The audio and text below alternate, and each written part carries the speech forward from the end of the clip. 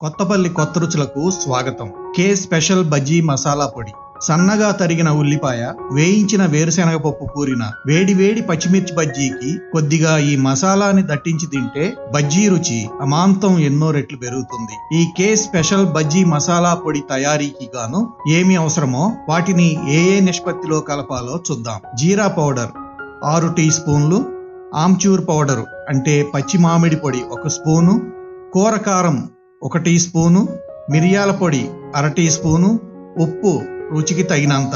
ఒక గిన్నెలోకి చెప్పిన లెక్క ప్రకారం జీరా పొడి, ఆమ్చూర్ పౌడరు, కూర కారం, మిరియాల పొడి, ఉప్పు అన్నింటినీ తీసుకొని వాటిని బాగా కలపాలి. అంతే, కే స్పెషల్ బజ్జీ మసాలా పొడి తయారు.